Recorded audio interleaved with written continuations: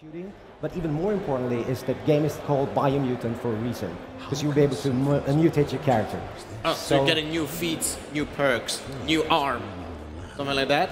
Crab pinchers on your back, huge mutated tail, but we also have what I call X-Men mutations.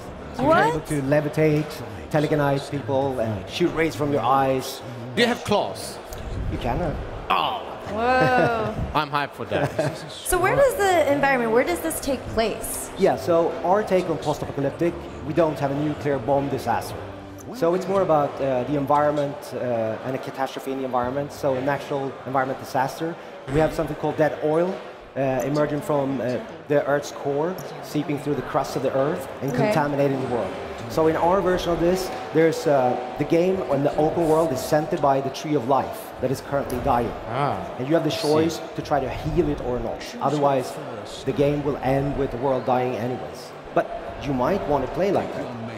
Okay, we'll see the customization of the character right now. You can do whatever you want with this. Holy moly! My goodness! It's an RPG, right? You saw the stats on the right-hand side. So as you change your genetic structure, it also affects the stats. So you want to play as a big character, you get more health, you're more resilient, but maybe a little bit slower. If you really want to be small, fast, and agile, yeah, that will also affect your stats. Okay, so how long is the gameplay planned for? It's a tricky question. It's an open world game, so let me give like the political answer of at least 10 hours. Okay. But it's probably going to be longer. So, is there like a main boss in the game? I'm sure it is, and he's big and mutated and has like 8 arms and so on. Yeah, I mean, the main bosses, if you will, you want to call them like that, is at the end of each of the 5 routes, emerging, stretching out of the world from the Tree of Life. There's this big creature gnawing at that root. I see some influence from comic books, like with the raw, right? It's very comic book-like. It's just, again, we're showing you the free flow here. So you see the we're just using the face buttons. So in a normal like third-person shooter, you're usually using the trigger and you're aiming. So we're trying to get this free flow by jumping and shooting, immediately switching to melee, dodging, rolling and shooting, and immediately switching to melee. So it's really up to you how you use this creative toolbox of kung fu moves. And obviously, as you progress through the game, you will be able to learn more moves, both by, you know, getting level up points and assigning them and unlocking moves, but also you will meet the kung fu masters out in the world. I'm really curious about your main character. Like, who is this? Like, I am just so curious. Like, how can you tell us a little bit more about our, you know, protagonist? Without revealing too much. So,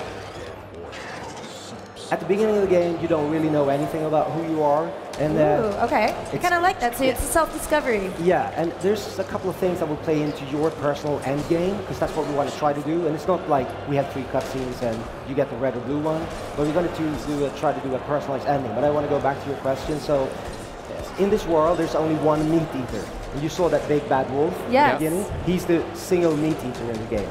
So everyone else, they are mammals, so they eat fruits, vegetables. And this might sound silly, but it actually has a meaning in the game. So this wolf, he will be a reoccurring character in the game. You will meet him several times. And at the end, you will also start finding out who you are and why you are here, and also a little bit about your background, where you came from. Okay, so that's and I can't mention more. No spoilers. This is just my job. I gotta ask you questions, and the people in the chat want to know. And there's another component to that. We have a storyteller. So the only speaking character in the game is the storyteller. And all of the other ones, they are mutated animals, so they speak mumbo jumbo, and he interprets what they are saying. Mutant jumbo. All right, that's actually awesome. Wait, what is that? What is he like? Is he like? Whoa. Yeah, he's shooting electrical bullets there, and you will see the effect of that there when they're shaking their teeth. And this big guy is actually quite dangerous. So when you see oil in our game, it's always dangerous. So this guy is actually going to try to grab you and drown you in that oil over there. So you better be careful. He looks like a very huge squirrel or like an ape. I mean, he looks like all, you know, fuzzy and cute for the most part, but then you look at his face and outfit. Yeah, he has covered his face because he was emerging from the oil, so you can see a little bit of the gear there. Oh, wow. He's like a scuba diver. Oh, look at him. All right.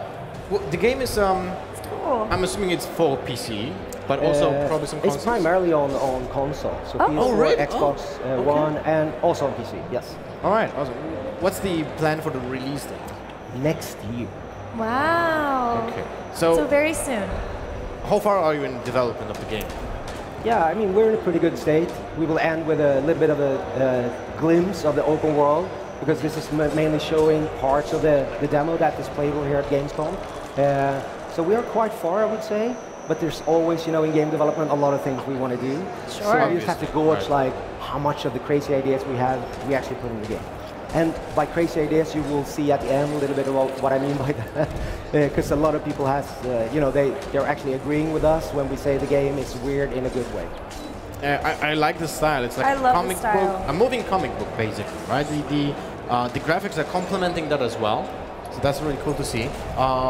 When it comes to the main character, right? I see. Sorry. Well, I mean, when I see that, for you.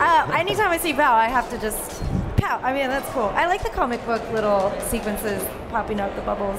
It's really cool. So what I wanted to ask is, the main character has a sword, right? Is it like his personal, like, you know, weapon, or can you change that? You have different weapons. Yeah, it's funny that you asked that right now, because when you enter that door, you will see a little bit of our crafting.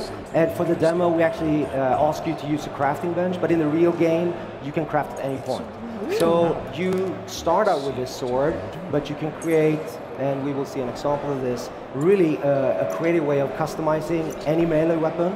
So two-handed, two single-handed, you will read. And you can put a lot of stuff on this. And one thing you can do is put modules onto these weapons that will give them like frost powers or biocontaminated powers, that if you hit an enemy with that, he will start to barf.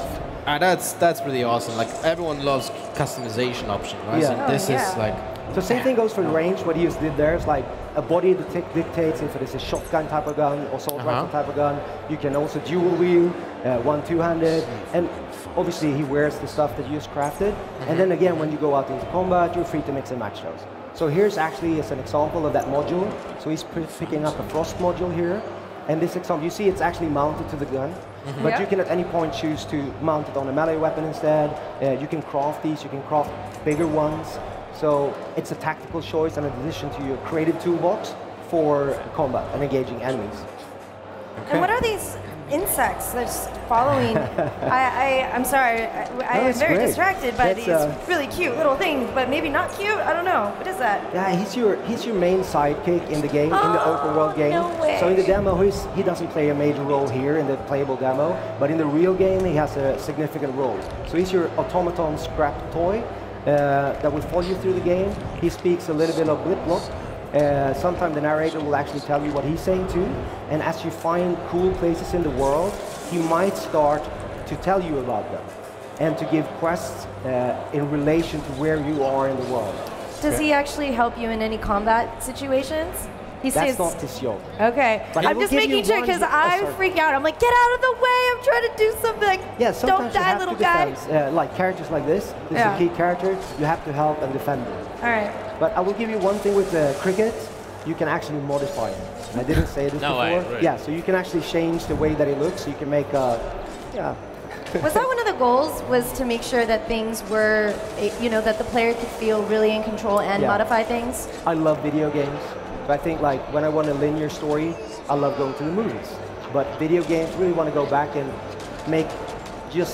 bring the fun factor into our games. So we don't take ourselves too serious, but we just focus on enabling the player to do cool shit. Well, that's actually pretty cool. I mean, when I'm playing an RPG, I'm spending like an hour or 2 hours on creating my character, right? 100%. And this game is basically like, you know what, we love that as well, and we're gonna just make an entire game about that. It's pretty cool because you can switch around like whatever you want during the game, right? The customization options are crazy. I like that. Or the weapons. I mean, I'm assuming you have hundreds of combinations. I think we did a math calc on the ranged weapon combination. It's about 500,000. Oh my God. What? Yeah. And are you going to be adding more? Or is this just something... I think 500,000 is enough. If they all make sense, I leave it to the player. Oh, here's a good thing. You see that's glitter grass. Okay. And these small critters called nonos, they're hiding in glitter grass that you find in the open world. And they are essentially for healing the roots of the tree of life. So you can actually then affect your personal ending by healing the Tree of Life. Here's an example that this old guy gives you on how it will work on his miniature pensai plant.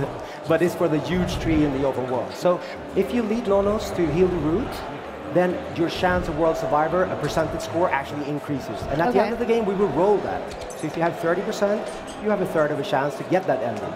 But you can heal it up to 100%, and then you're sure you're going to get that world survival ending. So or if you want to play as bad, you don't have to do that. Then you will have the really bad ending. So you're crafting your own destiny, basically. That's a good way of saying it. Maybe I'll use that. Yes. Trademark that quick.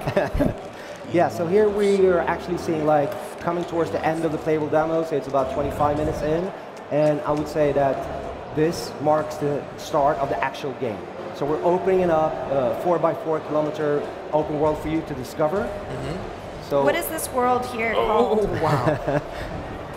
Yeah, we don't have a name for it, but it's quite varied, and there's a lot of characters in it. So here we'll give you a glimpse of what you will do most of the time. That was Cerberus, though. He had 3 heads. That was insane. That was really good. So that is an example of a boss.